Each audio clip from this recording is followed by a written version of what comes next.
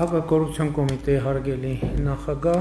հակակոռուպցիոն կոմիտեի հարգելի ծառայողներ, աշխատակիցներ, նախ շնորհավորում եմ բոլորիս հակակոռուպցիոն կոմիտեի ձևավորման 4-րդ տարեդարձի առիթով։ Կոմիտեն այն ինստիտուտներից է, որի ձևավորումը ուղիղ կապ ունի 2018 թվականին Հայաստանում տեղի ունեցած ժողովրդական ոչ բռնի Թավշյա հեղափոխության հետ, որովհետև բոլորիդ աչքի առաջ է եղել, որ հակակոռուպցիոն պայքարը իհարկե այդ բառապաշարը ընդունված չի օգտագործել նման լսարաններում, բայց այնուամենայնիվ հակակոռուպցիոն պայքարը մեր քաղաքական կառավարող թիմի բրենդն է կամ բրենդներից է, բայց դա էլ պետք է ասեմ, որ հակակոռուպցիոն պայքարի այս բովում մեր առաջ նոր հարցեր են գալիս եւ որոնց պատասխանները ոչ միայն պատասխանները մենք չենք ունեցել սկզբանե, այլև սկզբանե այդ հարցերի գոյության մասին նույնիսկ չենք իմացել, որովհետև սկզբանե գիտեք ինչ են միջավայրում, որը կար 2018 թվականին, այդ միջավայրում թվում էր, թե հակակոռուպցիոն արդյունավետ պայքար տանելու համար անհրաժեշտ է քաղաքական կամք եւ դրանով շատ հարցեր կլուծվեն։ Դա իհարկե ճշմարտություն է, որովհետև առանց քաղաքական կամքի բացակայության ընդհանրապես որևէ հարց հնարավոր չէ լուծել, այսինքն քաղաքական կամքն այն է, որ ինչքանով է կառավարությունը, քաղաքական իշխանությունը ցանկանում, որ այդ հակակոռուպցիոն պայքարը կոնկրետ դեպքում տեղի ունենա, եւ մենք նախ եկանք այն եզրակացության, որ քաղաքական կամքը արտահայտող կոնկրետ կառույց պետք է լինի եւ այդպես էր, որ նաեւ հանգեցինք, որ հակակոռուպցիոն կոմիտեն պետք է ձևավորվի, բայց այս հիմա 4-րդ ձևավորման 4-րդ տարին է, իսկ ես խոսում եմ 2018 թվականից անցել է 7 տարի, այսինքն 3 տարի այնուամենայնիվ ժամանակը վերցնում է եւ այդ ընթացքում նաեւ իհարկե դա չի նշանակում, որ միջև հակակոռուպցիոն կոմիտեի ձևավորումը քաղաքական կամքը կանգի վրա կամ պաուզայի վրա էր դրված, բայց այնուամենայնիվ ժամանակը գնում է եւ բայց ժամանակի ընթացքում եւ հակակոռուպցիոն կոմիտեի ձևավորումից առաջ էլ հետո էլ այնուամենայնիվ քաղաքական հայտարարություն, որոնք հնչում են պաշտոնական ամբիոններից եւ այլն եւ այդպես շարունակ, երբեք էլ ոչ միտեղ չի լինում, որ իշխանությունն ասի, գիտեք, ինչ մենք չենք, հա, դե ասում ենք, բայց չենք պայքարում կոռուպցիայի դեմ։ Եվ երբ որ այս խզումը չկա, այնուամենայնիվ թե պետական համակարգը, թե բոլորը ասում են, հա, բայց մի հատ էլ պետք է հասկանալ, լուրջ են ասում, լուրջ չեն ասում, հա, այս իսկական չի, եւ այլն եւ այդպես շարունակ։ Ես հիմա կիսում եմ այն, ինչ որ այս ընթացքում ես զգացել եմ մեր քաղաքականությունների կոնկրետ հակակոռուպցիոն քաղաքականության վարման ընթացքում։ Ու սա շատ կարևոր գործոն է, որ ասում են այնուամենայնիվ, ինչ գիտենք, հա, քաղաքական իշխանությունը հայտարարում է մանավանդ, որ նորություն չէ, որ իշխանությունն ասում, չէ, ես կոռուպցիայի դեմ չեմ պայքարում, բոլորն էլ ասում են պայքարում են միջազգային կոնվենցիաներով եւ այլն։ Այստեղ շատ կարեւոր է, որ ինչպես պետք է այդ ազդակը աշխատի, որ այս ամեն ինչը լուրջ է, այս ամեն ինչը կատակ չի, հումոր չի եւ այլն եւ այդպես շարունակ։ Չնայած ուրիշ խնդիրներ կա։ Մենք խոսելով կոռուպցիայի մասին, հարգելի ներկաներ, մենք պետք է այնուամենայնիվ արձանագրենք, որ եթե Հայաստանում կոռուպցիայի մակարդակը այնպիսին է եղել եւ այնպիսին է, ինչպես շատ լսում ենք, սա նշանակում է, որ այս կոպիտ կհնչի ձևակերպում, բայց այնուամենայնիվ մեզ հետ կապ ունեցող մարդիկ շատերն են դրա մեջ ներգրավված։ Եվ ես մի հաջորդ խնդրը, որ ես շատ դեպքերում զգում եմ այս ընթացքում, որովհետև եկեք պատկերացնենք հետևյալ կերպ։ Սկսած հակակոռուպցիոն կոմիտե կա իրավապահ համակարգ կա, չէ՞։ Դատարան, դատախազություն, հակակոռուպցիոն կոմիտե, օպերատիվ մարմիններ, պետական այլ օղակներ եւ այլն եւ այլն եւ այլն։ Եվ եթե կոռուպցիայի ծավալը մեծ է եւ դա խնդրեմ է երկրի համար, նշանակում է մենք բոլորս, բացարձակապես բոլորս, առնվազն ինչ որ մարդիկ կան, որոնց հետ մենք ուղղակի կամ անուղղակի ինչ որ հարաբերություն ունենք։ Եվ ես մի պահի զգացի, երբ որ ուզում եմ հասկանալ ինչի մեր որտեղ է տեղապտույց ստացվում, հետո հասկանում ենք հետևյալ կերպ, որ ու դրա մասին ես նախկինում եմ այստեղ խոսել, դե մի փոքր լավություն էս մեր երկիրն էլ փոքրն է, չէ՞, պատկերացրեք, այսքան մարդ ունի այդքան ծանոթ դասարանցի ընկեր, բարեկամ, բանակի ընկեր, հարևան եւ այլն եւ այլն։ Մի փոքր լավ վերաբերվի, ինչպես ընդունված է ասել, օպերատիվ օղակը։ Մի փոքր լավ վերաբերվի քնչական օղակը։ Մի փոքր լավ վերաբերվի դատախազական օղակը։ Մի փոքր լավ վերաբերվի դատական օղակը, հետո դատական օղակն էլ հələ 3 հատ կա։ Մի փոքր առաջին հացանը լավ վերաբերվի, մի փոքր վերաքննիչը լավ վերաբերվի, մի փոքր է վճռաբեկը լավ վերաբերվի, որևէ գործ տեղ հասնելու շանսը կորցնում է, բացարձակապես։ Եվ եթե մենք վերլուծենք, կտեսնենք հա գնում, հաղորդագրություն, ինչքան ասես հաղորդագրություն, այդ ամբիոնից անդադ հնչում է, որ հարուցեցինք, էս արինք, բայց լավ, վերջը ինչ առնում, ժողովուրդ ջան, ինչ առնում այդ վերջը։ Ու հետո հասկանում ես, որ վերջ չի լինելու։ Ասենք որ թողես տենց եւս 15 տարի հաղորդագրություններ կլինի այդ նույն գործի մասին, թե ինչպես մենք հասանք հերթական վճռական հանգրվանին։ Այս միջավայրում հնարավոր չի, կոռուպցիայի դեմ հնարավոր չի պայքարել։ Լավ վերաբերվելու, վատ վերաբերվելու սահմանը ես ուրիշ տեղ եմ տեսնում։ Ես տեսնում եմ ֆորմալ վերաբերմունքը փոխարինել բովանդակային վերաբերմունք, որովհետև այդպիսի դեպքեր են լինում, ես ինչքան հասկանում եմ, որ շատ ֆորմալիստական վերաբերմունքը կարող է նաև որոշակի ոչ ճիշտ տեղեր տանի։ Այսինքն մենք բովանդակության մեջ հարցին պետք է անդրադառնանք։ Ես ուզում եմ մեր ուշադրությունը հրավիրենք, որ սրանք գործոններ են, որոնք որն այս ամեն օղակում տենց եսի ինչ առանձնապես բան տեղի չունեցել, էլ ամենտեղ մի հատ կես ստորակետ այն տեղում չդրվի, որևէ գործ, նույնիսկ ամենատենց ծանրակշիռ, ինքը երբեք չի կարող գնալ եւ դառնալ հանգել իր տրամաբանական ավարտին։ Հաջորդը, որի վրա ուզում եմ մեր ուշադրությունը հրավիրել, դա այսպես ասած տարածաշրջանի ռազմաքաղաքական իրավիճակի կապն է ընդհանրապես իրապահ մարմինների գործունեության եւ այդ թվում հակակոռուպցիոն պայքարի դեմ, որովհետեւ երբ որ անկայուն է իրավիճակը, երբ որ լարվածություններ կան, երբ որ էսկալացիաներ կան, կապ չունի ինչով ես զբաղված։ Միևնույնն է, դու երկրի քաղաքացի ես եւ այդ ամեն մի լարվածությունը մեկը բոլորին իրանք այդ թվում քննիչը, դատախազը, դատավորը հնարավորություն չի ունենում կենտրոնանալ իր գործի վրա։ Եվ սա մի գործոն է, որը ես նույնպես զգացել եմ եւ դա ինչ որտեղ հասկանալի է։ Ասենք եթե ինչ որ գյուղի վրա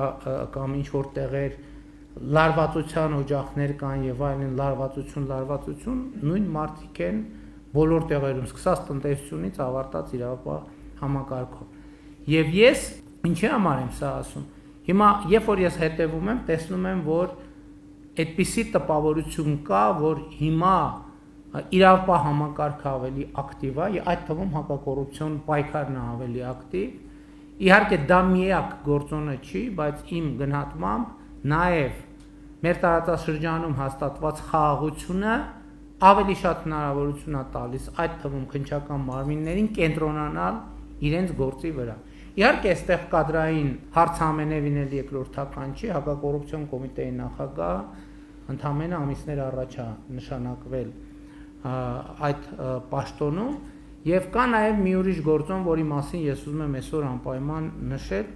Պարոն Նահապետյանի հետ մեր աշխատանքի ընթացքում եւ այդ որոշումների ժամանակ շատ կարեւոր դեր է խաղացել նաեւ հետեւյալը, որ նախորդող շրջանում պարոն Նահապետյանը եղել է դատավոր,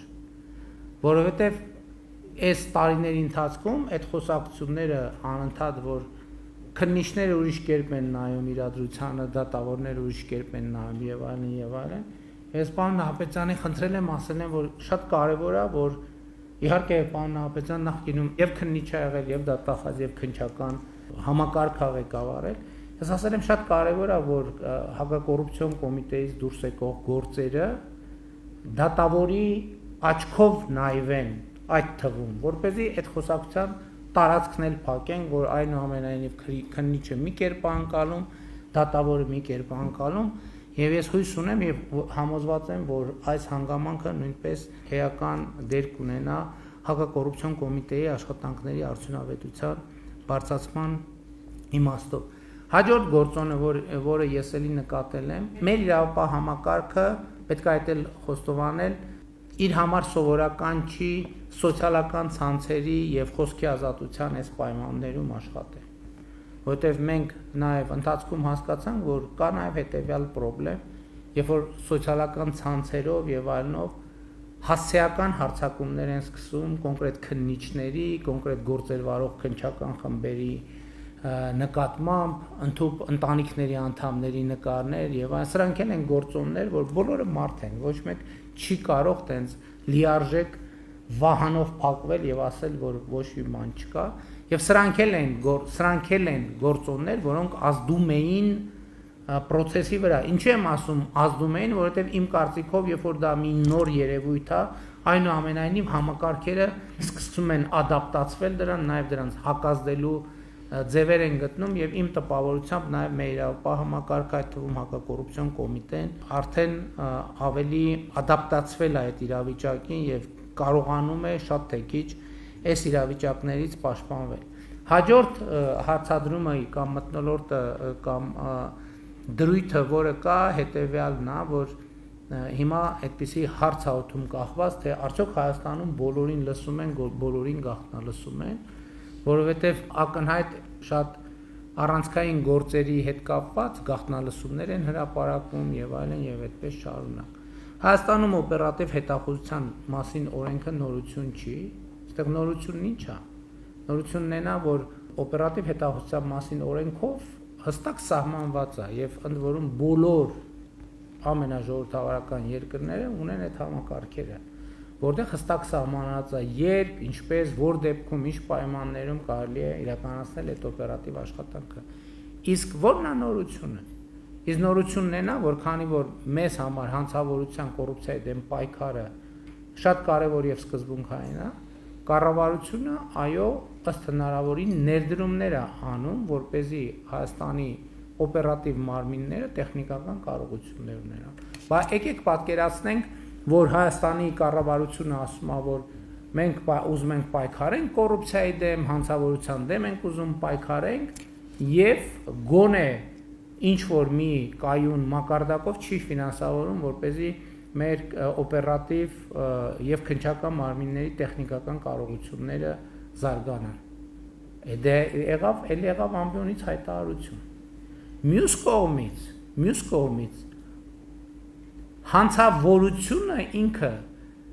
տեխնոլոգիական մոտեցումներ է որդեգրում։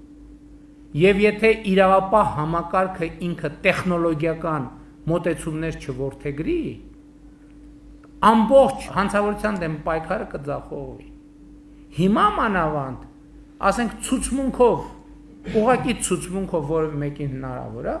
քրեական պատասխան։ Պարզա ինչ արնելու 1, 2, 3 էլի սոցիալական ցանցերով թիրախավորում եւ այլն, գնալու են դատարաններում հրաժարվեն, որովհետեւ բոլոր դեպքերում եւ այդ խնդրեմը միշտ եղել է եւ միշտ կա։ Եվ հիմա ես ուրախ եմ նաեւ, որ մեր իրավապահ մարմինները այլևս այդքան կախված չեն անձերի ցուցմունքներից, որ այսօր կա, վաղը մյուս օրը կարող է չլինի։ Եվ մեր քննչական մարմինները առաջնորդվում են այն կանխավարկածով, որ եթե նույնիսկ ստացվի այդպիսի իրավիճակներ, որ այնպիսի ապօրինի ճնշումներ լինեն վկաների վրա եւ այլն, որ նրանք արդյունքում հրաժարվեն, այնուամենայնիվ փաստական բազան լինի այնքան ծանրակշիռ, որպեսզի այդ գործերը հասնեն տրամաբանական ավարտին։ Ես ամփոփելով ուզում եմ նախ գոհունակությամբ արձանագրեմ, որ իրոք հիմա որոշակի աշխուժություն նկատվում է եւ այդ աշխուժությունը իհարկե նաեւ հակակոռուպցիոն կոմիտեի նոր նախագահի գործունեության արդյունք է, բայց սովորաբար մի այսպիսի խնդրեմ էլ է լինում, որ պաշտոնյաները նոր նշանակվում են, արագ մի քանի ամիս տենց շատ մեծ էներգիա են դնում, հետո կամաց այդ էներգիան նվազում է, իհարկե պարոն Նահապետյանի հետ մենք պայմանավորվել ենք, որ դա պետքա տեղի չունենա եւ ես հույս ունեմ եւ համոզված եմ, որ տեղի չի ունենա, բայց ես կարծում եմ, որ հիմա իսկապես կան բոլոր գործոնները, որպեսզի հակակոռուպցիոն մեր պայքարը դառնա ավելի արդյունավետ։ Շատ կարևոր է այլի արձանագրել, որ մեր քաղաքական կամքը չի նվազել եւ չի նվազելու։ Տեսեք, մի հատ ուրիշ հանգամանք էլ կա։ Հա, եւ այս տեխնիկական միջոցները ես շատ կարևոր եմ համարում կանխարգելման առումով։ Թող բոլորը իմանան, որ Հայաստանի հենց մեր խնդիրը չի, որ մարդիկ կոռուպցիայով զբաղվեն, հակակոռուպցիոն կոմիտեն գնա բռնի։ Մեր բացարձակ դա ամենատահաճ բանն է իրականում։